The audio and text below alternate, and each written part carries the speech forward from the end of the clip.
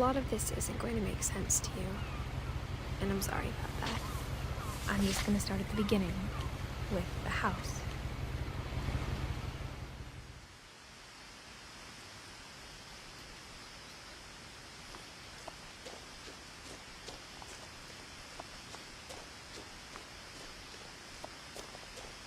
I lived here until I was 11, but I wasn't allowed inside half the rooms.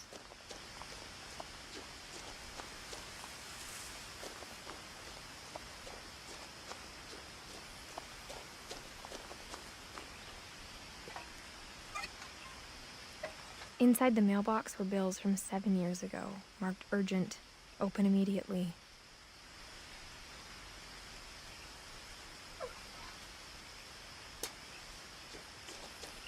I hadn't been back since my brother Lewis's funeral.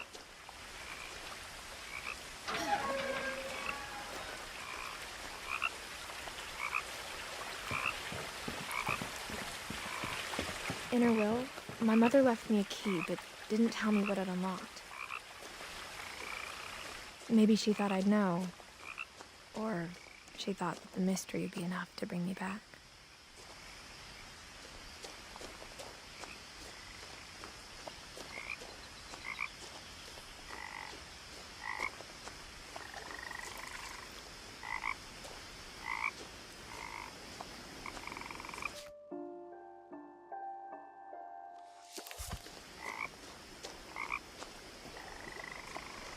The truth is, even after I inherited the house, I never thought I'd come back to it. But now I had questions about my family that only the house knew the answers to.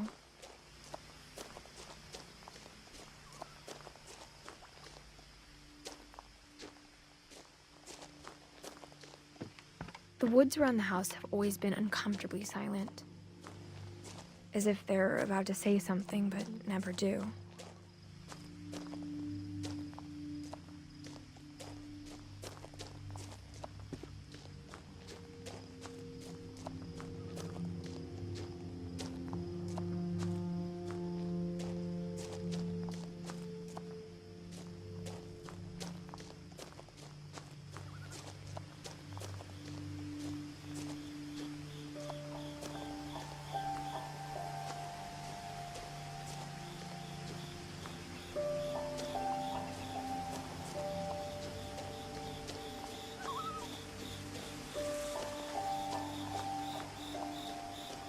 The house was exactly like I remembered it, the way I'd been dreaming about it.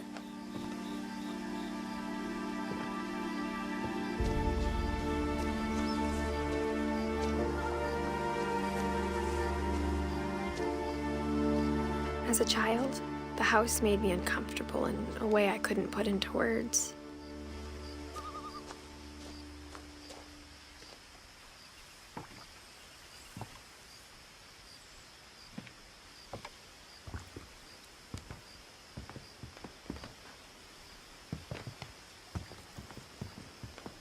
I asked Edie once about the dragon in the pond. She said it had killed her husband. I was 6. It seemed like an odd joke to me, even then.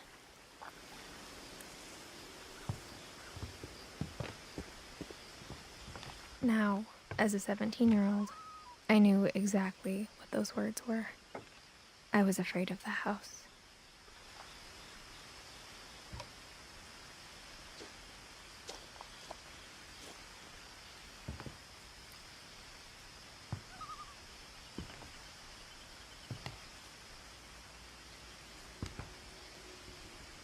I hoped the key might unlock the front door. It didn't.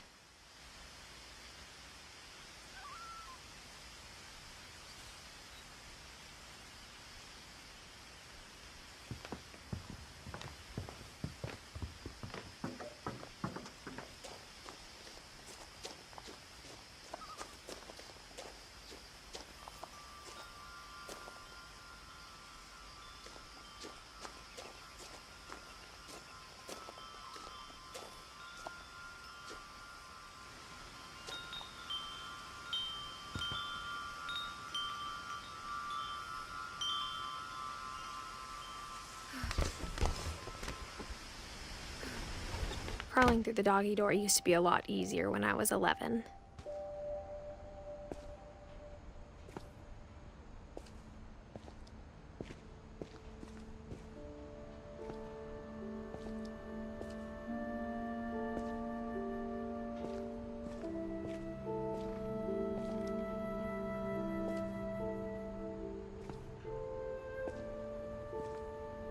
The power had been turned off the night we left. For the first time in years,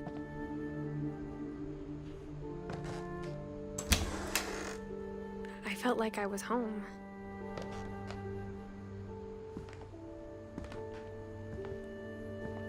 But instead of a family, there were just memories of one.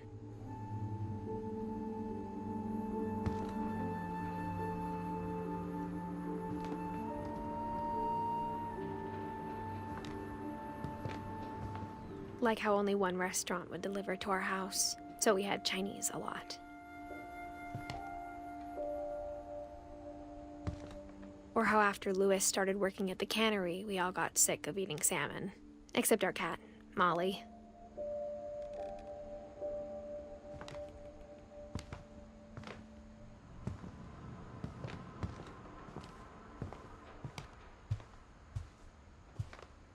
The table was still a wreck from the night we left.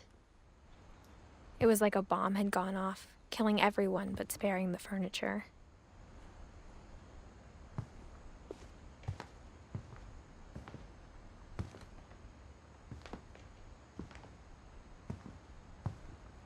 My mom was the only one of us who could imagine Great-Grandma Edie living in a nursing home.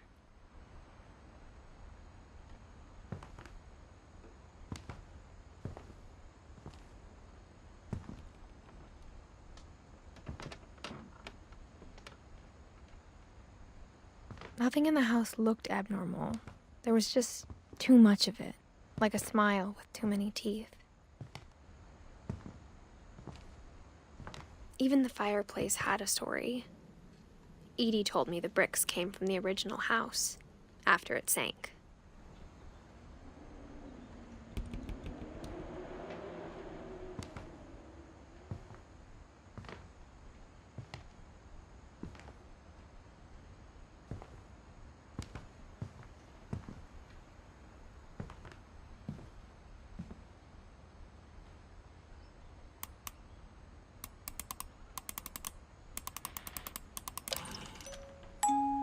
Great-Grandpa Sven built a music box for Barbara, along with the rest of the house.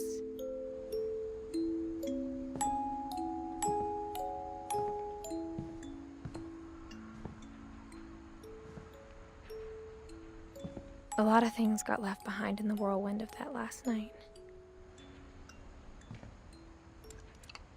My mom wasn't much of an optimist, but she never stopped believing that my brother Milton was alive.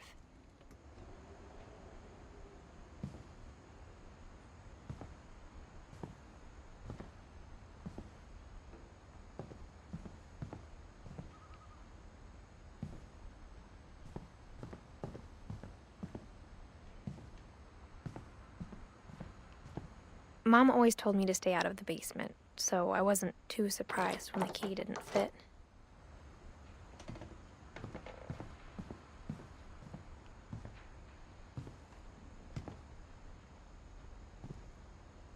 After Milton disappeared, Mom sealed up all the bedrooms.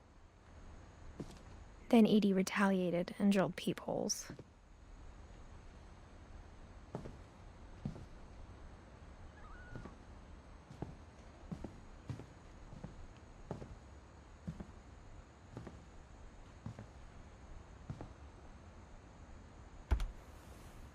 My Grandpa Sam spent 7 years sharing a room with his dead brother, Calvin.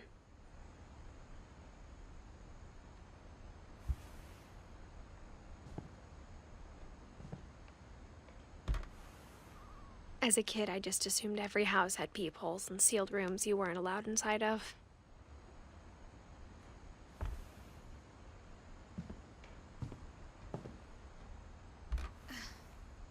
The last time I was in Edith Sr.'s room, I was 10 and she was painting my portrait.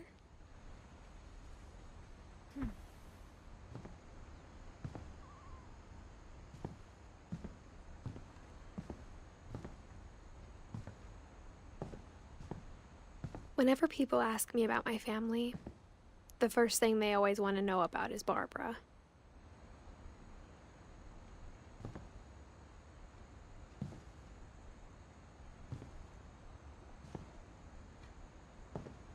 Edie's father, Odin, built the original house.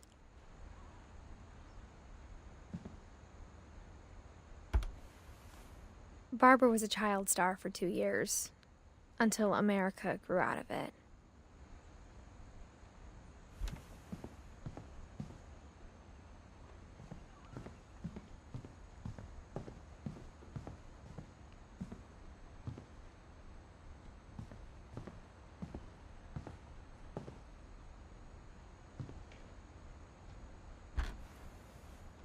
Molly always seemed like a girl I could imagine being friends with, if she hadn't died in 1947.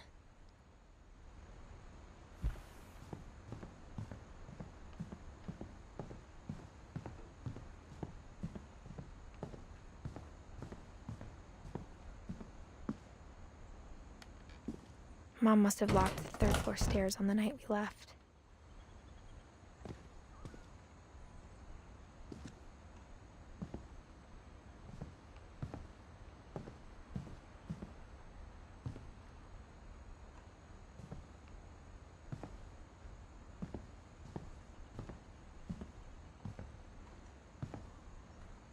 I spent a lot of time playing in Great Uncle Walter's room. I think my mom sometimes regretted not sealing it up.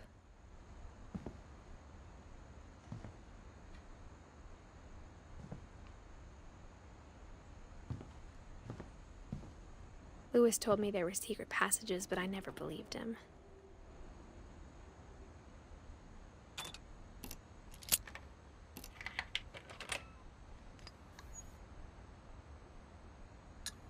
Turns out, my mom was really good at keeping secrets. Now it was time to find out what my mom had been afraid of.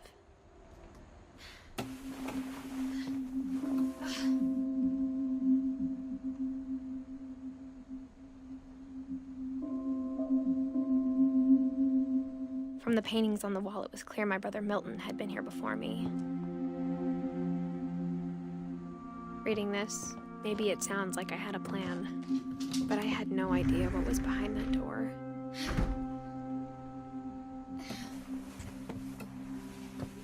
Just like I had no idea where all this was gonna lead.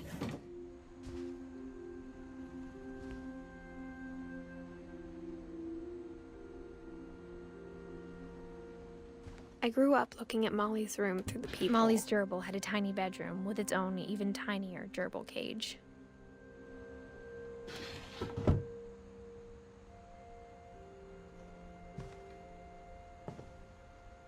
Being inside for the first time, I felt like I'd stepped behind a painting.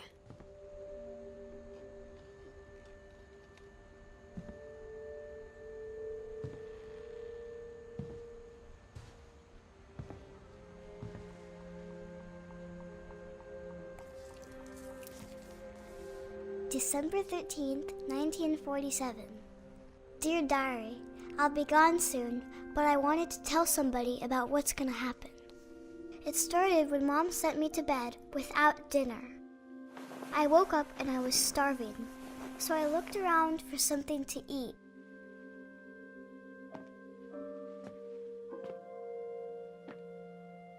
The gerbil food was dry, but I didn't mind it.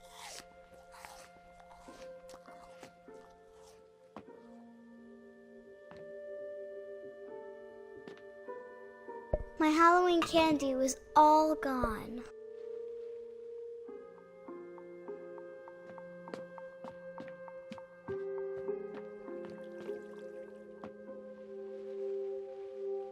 I thought about eating Christopher, but I held back.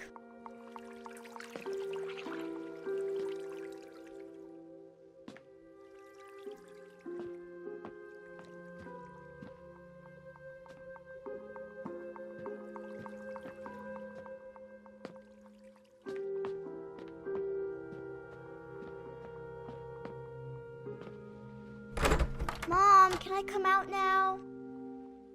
Sweetheart, it's late. Go to sleep.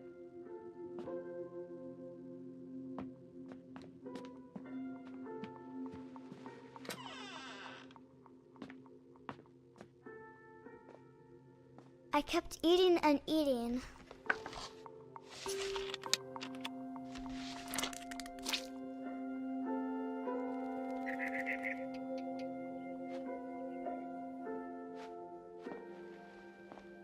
I ate a lot of things that night.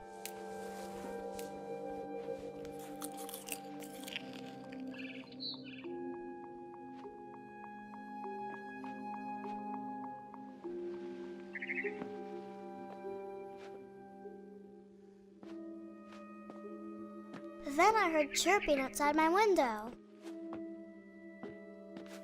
It was a barn swallow going back to her nest.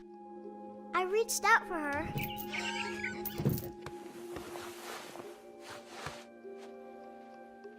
And suddenly,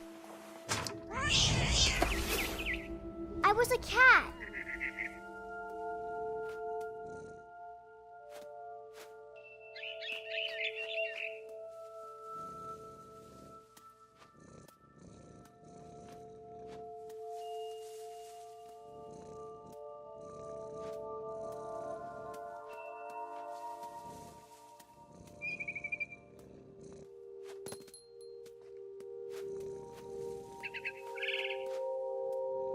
I tried to be quiet, but the bird was really scared.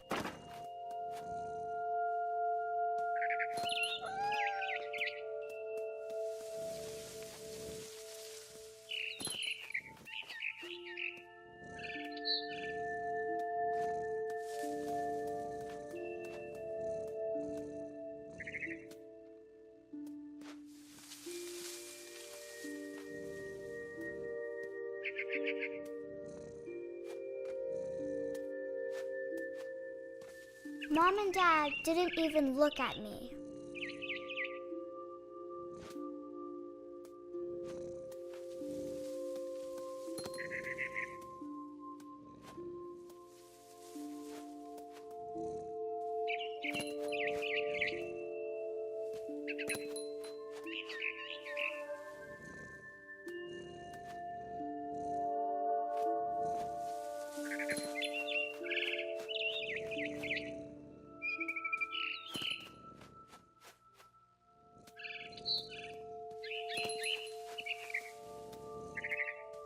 I jumped and I almost got her.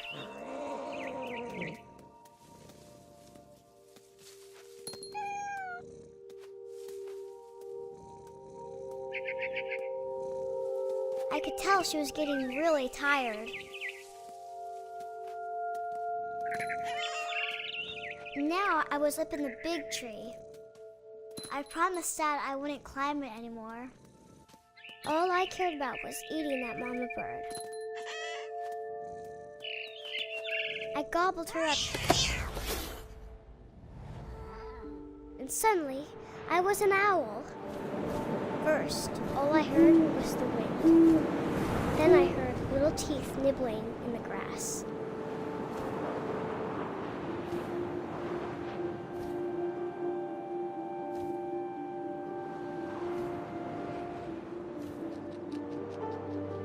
Rabbits.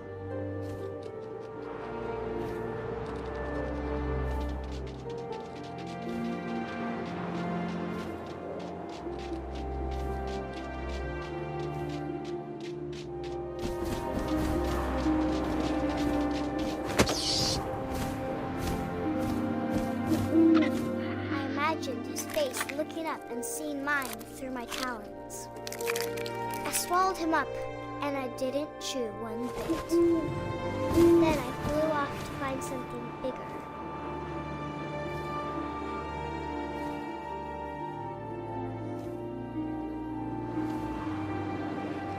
A mama rabbit.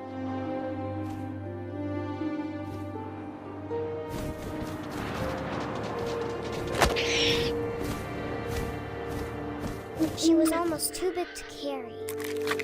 I started choking, but I couldn't stop eating. And suddenly, I was a shark.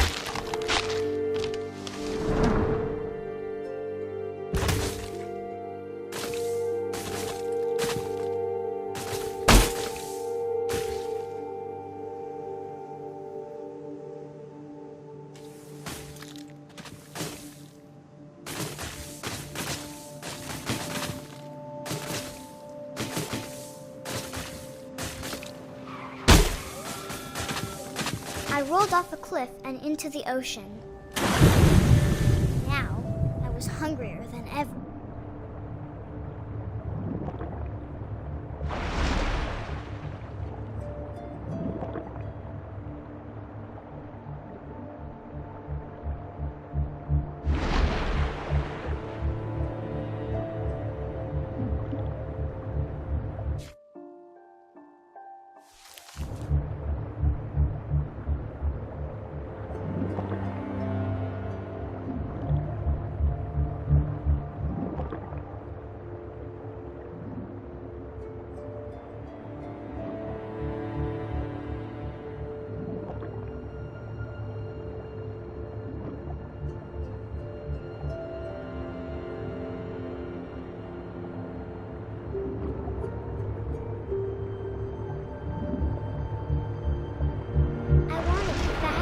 Juicy seals.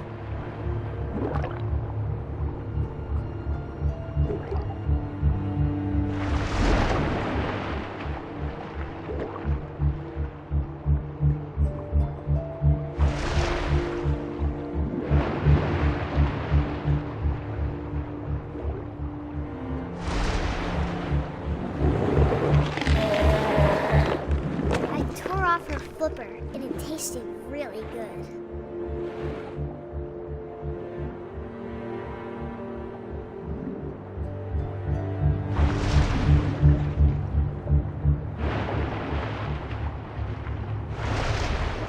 Grabbed on tight. And when I was so hungry, I jumped out of the water. When I opened my eyes, everything had changed.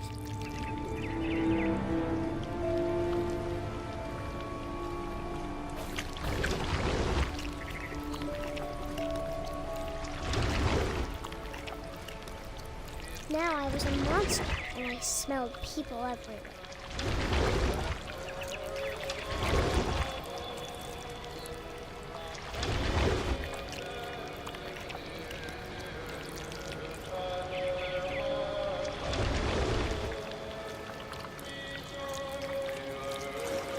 I was big, but I moved real quiet.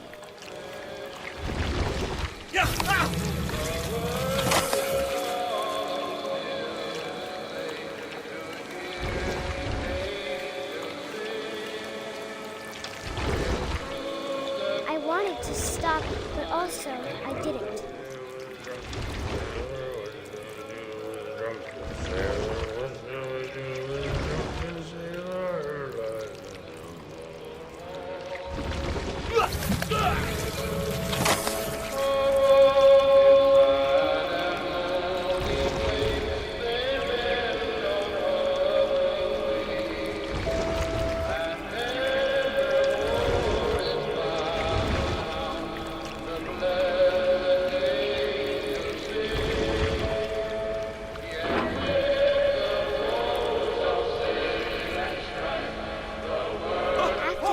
Passenger, I was still hungry.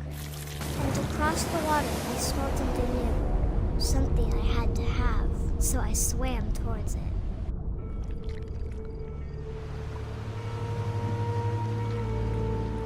I slithered onto the sand, and the good smell went into an old pipe.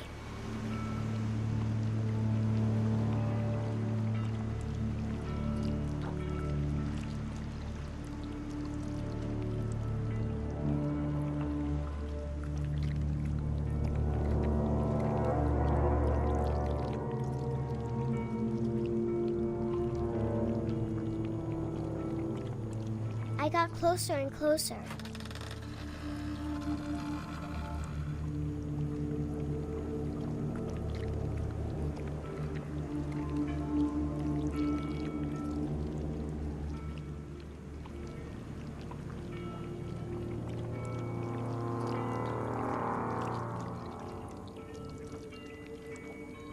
All my stomach started growling. And suddenly, I was me again. I held my breath for a long time, but I couldn't hear anything. I think it's waiting for me to fall asleep. But it's not going to wait much longer. It needs to feed, and we both know I will be